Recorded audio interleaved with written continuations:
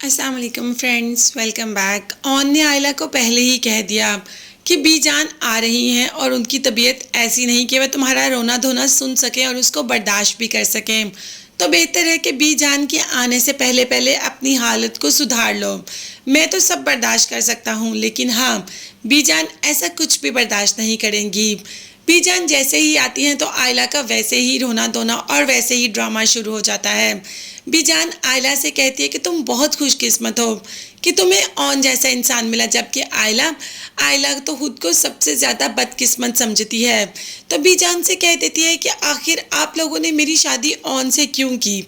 इस बार तो बीजान ने भी आयला को अच्छी खासी सुना दी कि तुम्हारे मुंह पर कितनी कालक थी, उसको पहुंचा किसने? ऑन ने।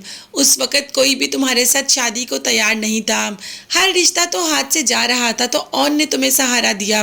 तुम्हें तो उसकी कदर करनी चाहिए, ना कि तुम्हें उसे इतनी बातें सुनानी पड़ी, बल्कि तुम उसे इतनी बातें सुनाती हो, मोहब्बत का एक लफ्ज़ भी तुम उसके साथ नहीं बोलती।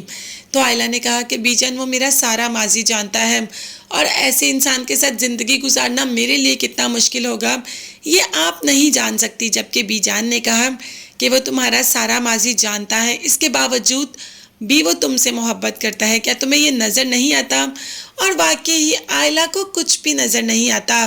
जोया ने भी ऑन से कहा कि आप आयला की बातों का बुरा मत मनाइएगा, आप जानते हैं ना कि इस वक्त वो गुस्से में है।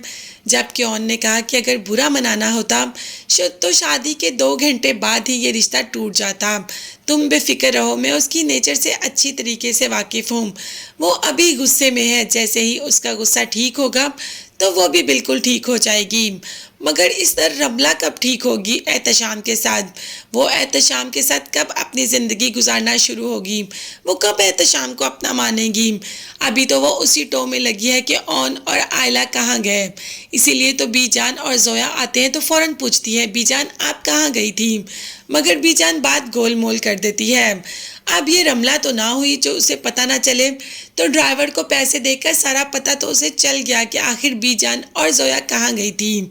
बीजान को भी पता चल गया कि रमला कितनी तेज़ है, इसीलिए तो रमला की सास यानी कि एहतशाम की माँ से कह दिया कि तुम्हारे बेटे की डोर तो अब तुम्हारी बहू के हाथ में है। अब तो तुम्हारा बेटा तुम्हारा नाम लेता ही नहीं, अब तो वो सिर्फ और सिर्फ अपनी बीवी के ही आगे पीछे नजर आता है। तो अपने बेटे को संभाल के रखो, तुम्हारे हाथों से निकल गया। जबकि माँ ने कहा कि ऐसा कुछ भी नहीं, एहतशाम पहले भी मेरा था और अब भी। अब देखते हैं कि एहतशाम किसका होगा। ये सब देखने और जानने के लिए चैनल को लाजमी सब्सक्राइब कीजिएगा, बेल आइकन भी प्रेस करें ताकि हर वीडियो आप तक बआसानी पहुंच सके। अपना बहुत ज़्यादा ख्याल रखिएगा और अपनी कीमती दुआओं में मुझे और मेरी फैमिली को भी याद रखेगा। नेक्स्ट वीडियोस तक के लिए अल्लाह हाफ़िज़।